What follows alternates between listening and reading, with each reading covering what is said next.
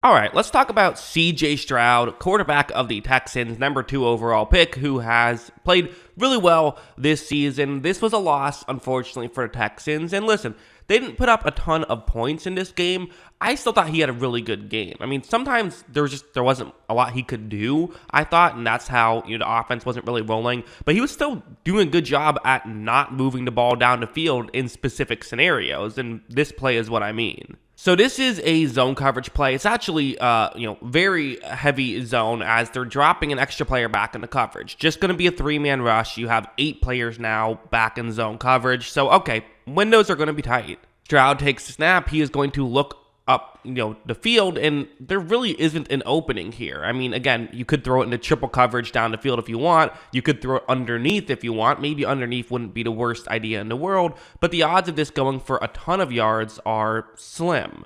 And this is, in my opinion, really important for a young player. A lot of times it's not necessarily about the throws that you make. It's also about the throws that you don't make. Not knowing when not to push the ball down the field. And on a 3rd down and 10, this is a really difficult thing for a young player to learn. A lot of young players view 3rd downs as if they're 4th downs. Got to get the ball down the field. But if it's not there, it's not there. Don't hurt yourself more by turning the ball over. Stroud instead is going to flip this ball to his halfback, who then drops the football, so that's not ideal, and wasn't going to go for a 1st down either way, but you are putting the ball in a playmaker's hands who can maybe make a couple guys miss and get a 1st down. It's unlikely, but there's at least that option, and hey, if nothing's open, don't just stay there. Sure, it's just a 3-man rush, but pressure will eventually come. Maybe you could argue Stroud could have held on for a little bit longer, but at the end of the day, when it comes to a young quarterback, I want to see you be getting rid of the football too quickly, not holding on to it too long, because, typically it goes the other way.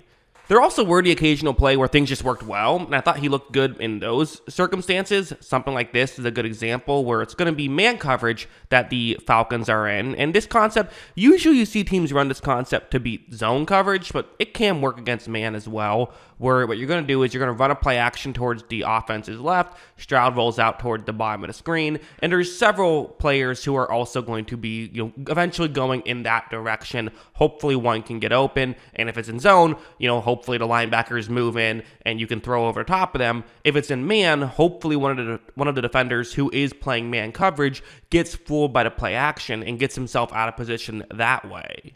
And watch how, when Stroud runs this play action, rolls out towards the bottom of the screen, right there, you see 53 for Atlanta is massively out of position. He's just now realizing what happened. So that's a bad situation for Atlanta, but it's not a terrible situation just yet. Because again, Stroud would have to get over there. And think about how far back he's going to have to look to notice something like this. So, sure, it is open. That is good.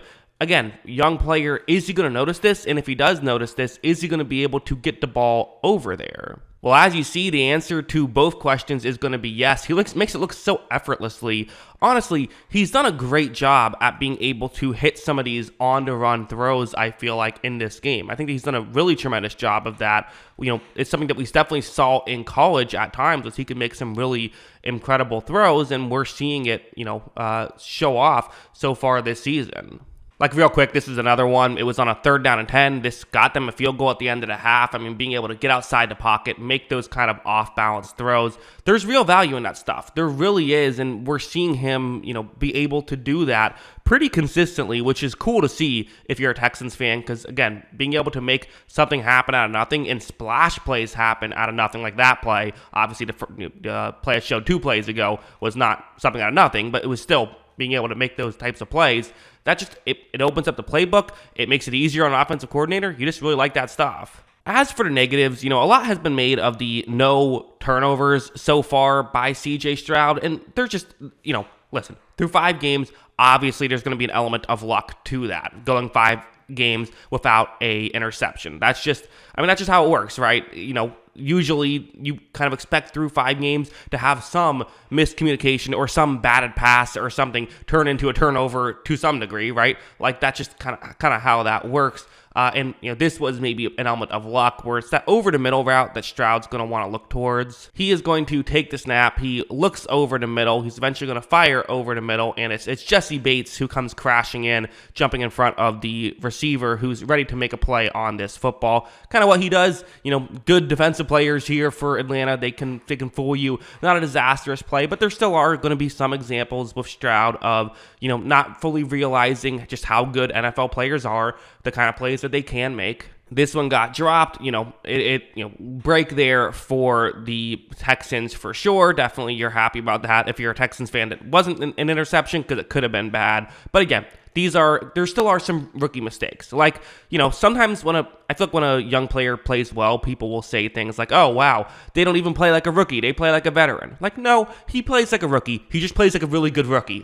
And you expect those rookie mistakes to go away and the good stuff to stay there, which could make him even better. I think he has plenty of room to grow, and he's already been pretty good. Let's talk about this play. What could have been the game winner, felt like it might have been the game winner. Obviously, we know that Atlanta would then march down the field, get a field goal drive of their own to eventually win the game. But this is what gave Houston the lead. It's going to be a zone coverage play. You have a receiver who's going to be running over the middle like this. Okay, this is something we see all the time, right? You have a player go over the middle. How do you cover this if you're Atlanta? Well, there's several ways you can do it. A big way, though, is the safety can just crash in a little bit, make sure he covers that route. So that's why Houston is not actually doing this route that you see on the screen. Instead, he's going to then run further deep. He fakes it though he's going over the middle, gets the safety to crash in, and then go further deep. That's the way this play is supposed to work. That's how they're hoping this can work on paper.